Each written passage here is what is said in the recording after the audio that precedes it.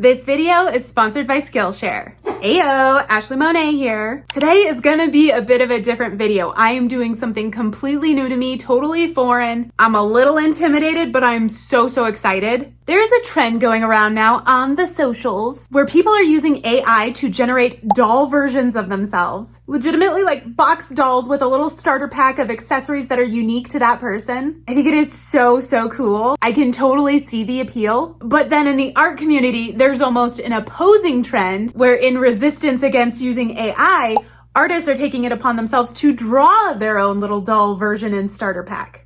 Also cool. However, a couple of creators have taken it to the next level. One of which was the one that inspired this video, Christine of Courageous Painting. And she actually went through the trouble of making the physical doll of herself.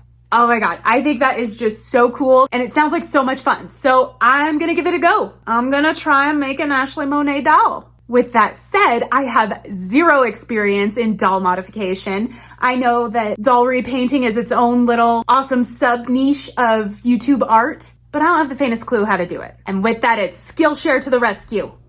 To date, there has not been a creative skill that I have tried to find on Skillshare that there wasn't a class for. Boom, Doll Repainting, Step-by-Step for Beginners by Carrie Ann Carney. This class actually gave a good rundown of the basic techniques and materials needed to get her done.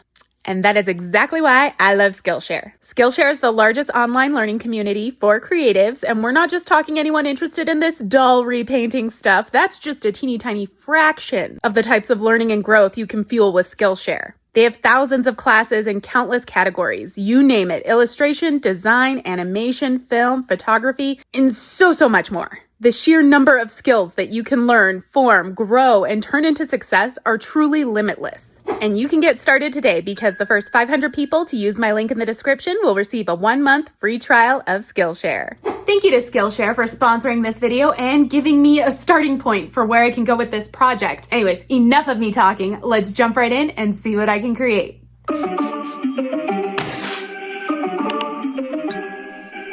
Okay, let's start with my doll. I went with a classic Barbie, particularly this little brown-skinned girly with the super cool pink streaked hair. I do think there's a resemblance there, and my main goal in picking a doll was to find one that looked the most like me, so I had the least amount of work to do.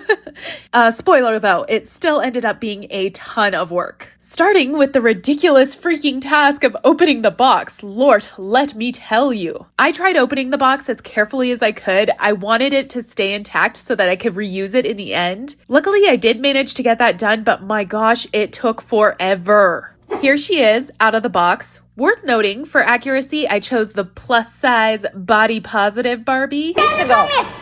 I'm a skinny Barbie. She's not fat, she's body positive. But this created its own set of issues because finding the plus-size Barbie clothes for sale is nearly impossible. And this hideous sweater dress is not giving Ashleigh Monet. It's gotta go. But the worst, the worst. She's rocking platform Crocs. I would never. Let's get to work. First, we have to pop off these sunglasses, which actually are pretty cute. I would love these if they were in my size. But for this project, they will not be needed. All right, trigger warning, because off with her head. She's got a bunch of those little plastic tag holder bits burrowed into her scalp. And the only way to get those out is to pull them out from the inside. And then, what's the opposite of decapitate? We recapitate her?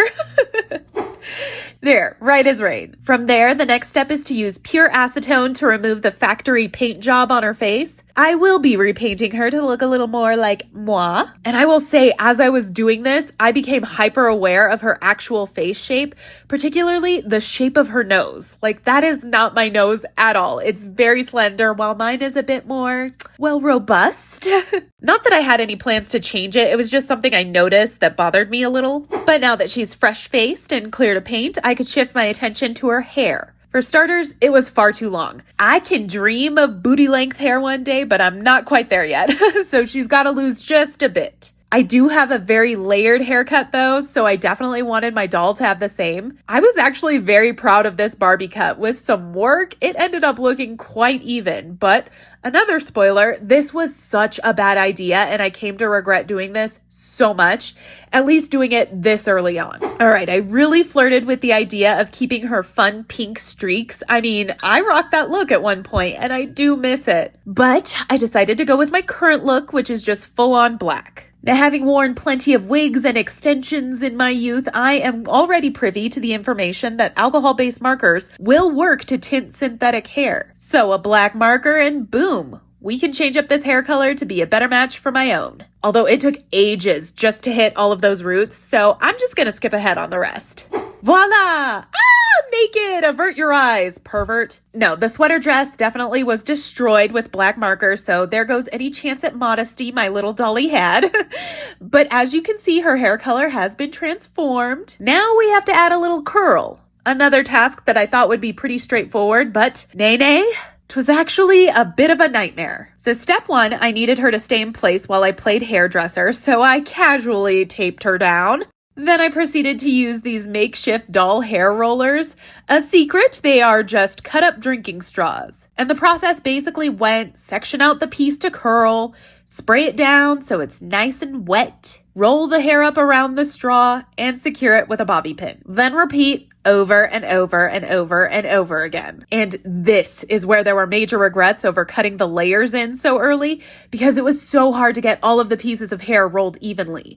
I'd have random little bits that were shorter or longer than the rest that would just fall off the roller. Definitely had more than a few mini meltdowns during this process, but hey, we got there eventually. Okay, well, I'm not Delulu. I know it looks awful, but it should function reasonably enough. Hopefully. Now we have to set the curls, and apparently the way to do that is something they call boil washing. Yep, my poor Barbie's torture continues as I fill a mug with piping hot water and submerge her head first. And then I had to contort her legs so that she would stay balanced. This kind of gives a whole new meaning to hot yoga.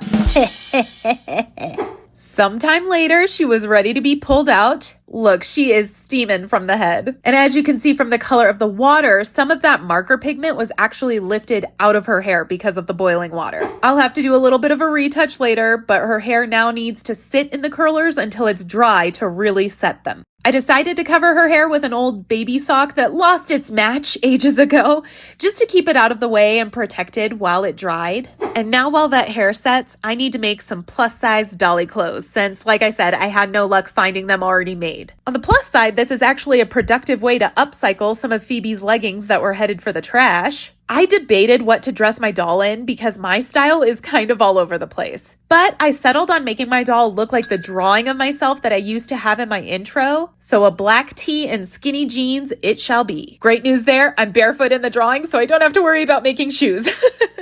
Now, I'm no seamstress, but I was able to throw together a super crude pattern for each piece. I could have taken the time to hand sew these pieces, but I had zero interest.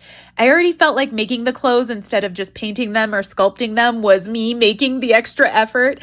And luckily, I have my fabric hot glue. I mean, it would do. This is a doll. It's not like these clothes will be put through a whole lot of wear and tear. So with the two pieces glued together, I cut a slit up the back, deciding that I will actually glue the doll into her clothes when it comes time. Again, it's not like she'll get played with or change her outfit ever. That was just going to be the easiest way to do it. Flipped it right side out and did a test fitting. Oh look, Ashleigh, as a doll, has just as much cat hair on her as I do. Fits like a glove. Happy with that. I got lucky with the jeans and just so happened to have a pair that Phoebe just grew out of that will serve as our donor denim. And my gosh, these jeans. Let's just say the plus size Barbie has the same struggles that I have in real life when it comes to jeans, where if they're big enough to fit that booty and thighs, they are way too big in the waist. That's fine though. I decided to just leave the waist loose, and then when I glue them on her, I can glue it tighter in the waist for a better fit. Also, I need to add some little paint paw prints and splatter to complete the look of my drawing version of Ashleigh Monet.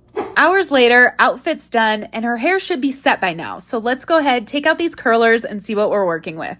My apologies here for having absolutely no awareness of what area was in frame. The curling worked, but the curls were a bit too tight for my taste, so I just needed to comb those out a little bit. That looks better, but I do want it to be a little flatter at the root, so I tied her hair off in a low pony and put that sock back on to protect it during the next most nerve-wracking step, repainting her. Okay, first she needs a base of a matte spray varnish so the new color has something to stick to. It is recommended everywhere that for doll repaints, you should only use Mr. Super Clear Spray, but that product is far too pricey for this being my first and possibly only doll repaint. So I went with a cheaper matte varnish spray, and though it was definitely matte, for whatever reason on the face only, it applied very glossy. Just on the face though, like I sprayed the body too, and that looks matte. So I don't know, it must have just been the reaction to the vinyl of her head. To try and fix this, I decided that I would cover her entire face in acrylic paint and then spray it again to see if that resolved the shininess. And since I was gonna paint her whole face, I decided in that moment to do something crazy and completely unnecessary, tackle that nose that was bothering me. I used this epoxy clay, which is highly recommended for any body modifications to dolls because it sticks very well to the materials. You just mix equal parts of the two components, get about an hour of working time, and then it'll fully cure after about a day. You do need to use gloves when handling it, which I felt added a handicap to my already weak sculpting skills. Oh Lord, why did I do this nose? Like I didn't have to do it. You guys wouldn't have known the difference. I guess I just like to make life harder for myself. But you know what? I actually do think this reverse rhinoplasty did give the doll more resemblance to me, so Once that was cured, I could start the painting process. First, an all-over coat of tan, slightly lighter than the doll's original color.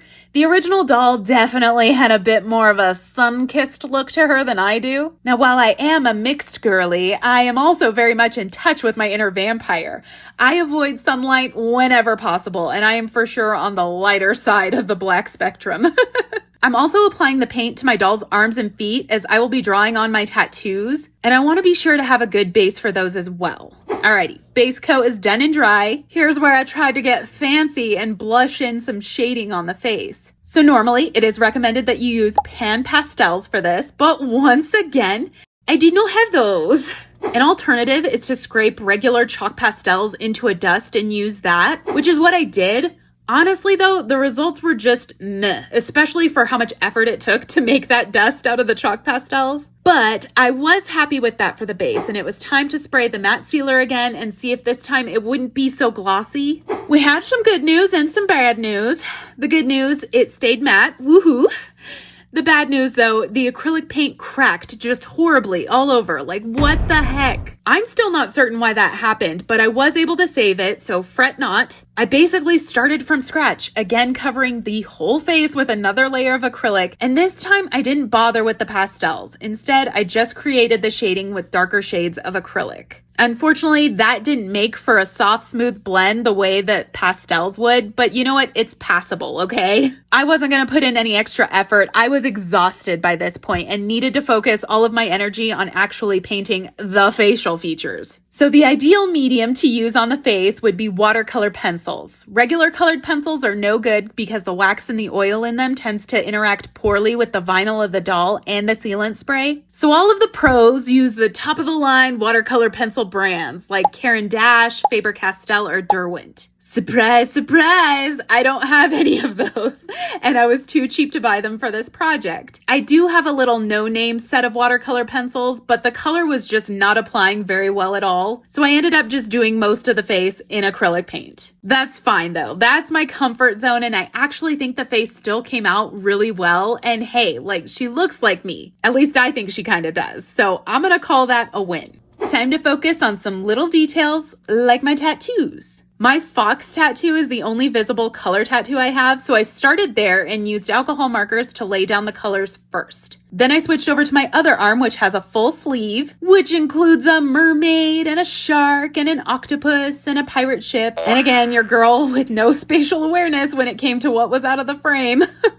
Sorry about that. But I got my fox tattoo lined, then drew my foot tattoos out of frame, did some Ashleigh Monet black nail polish, and my hand tattoos, of course. Then I used a silver paint marker to go through and do all my jewelry, rings, earrings, added my nose ring. Oh, and almost completely forgot about my leopard spots tattoo. There we go, that's better. Okay, one last spray to seal it all in, and I was praying for no cracking this time. Sure enough, she came out crack-free and looking great.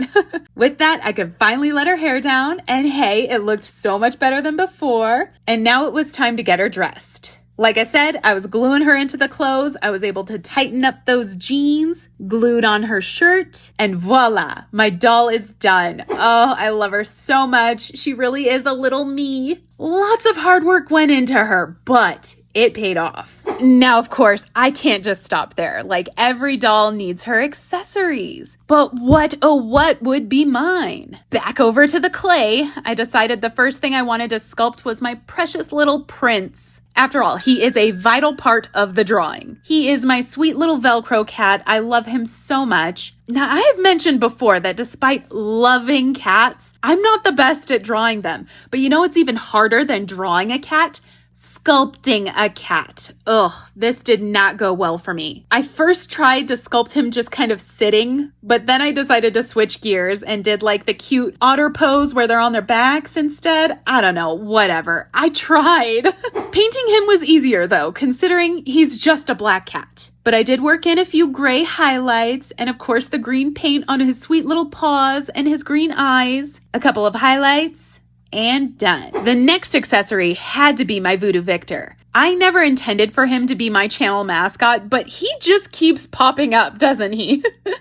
That's fine though. He's so cute. I never get sick of seeing him. And of course, I just love that Victor's green meshes perfectly with the green that's already in the doll with all of that paint splatter. Y'all know I love my matchy-matchy things. Okay, one more thing, and I think it's gotta be my drippy clock. I still love that clock so much. It's so wild to really try to analyze myself and my channel and pick a handful of things that represent it, but it was kind of fun deciding, and I do think I came up with a good batch. Like, this is the Ashleigh Monet starter pack if there was one. All right, now my doll and her accessories need a box that equally screams Ashleigh Monet. There were two components. The first was the cardboard insert that the doll is actually attached to. I wanted to go green since I've used that in the doll and the accessories, but also it's kind of like the unofficial signature color of my channel, right? I decided to do a little bit of a gradient, lighter green in the center, transitioning to darker at the edges. And the second component was the outer box, and it felt only appropriate to make it black. Like an Ashleigh doll has to come in a black box. And now to put it all together, oh my gosh, this was a struggle. So I laid my doll in first and then kind of placed the accessories wherever they would fit around her. But this was a small box. The original doll didn't have any accessories, so it was kind of tricky fitting everything in. I had to put prints in my arms though. And then sealing the box back up, oof, that was the worst, you guys. That took me forever. Skip ahead, we got there. And lastly, I had to decorate the box with a few handmade stickers. I hated how large this Barbie logo was right in the center of the box because it meant I had to do an equally large Ashleigh Monet sticker to cover it, which unfortunately, I felt it covered up a lot of my hard work on the doll herself, but like, hey, what can you do? Am I right? Of course, I had to include the drawing reference somewhere, and this little spot kind of worked perfect for that. And as part of that anti-AI trend, people are adding that label to their doll boxes, which I just love. No AI was used in the making of this doll. Now for a finishing touch, I just need to sign the box. Oh, I love.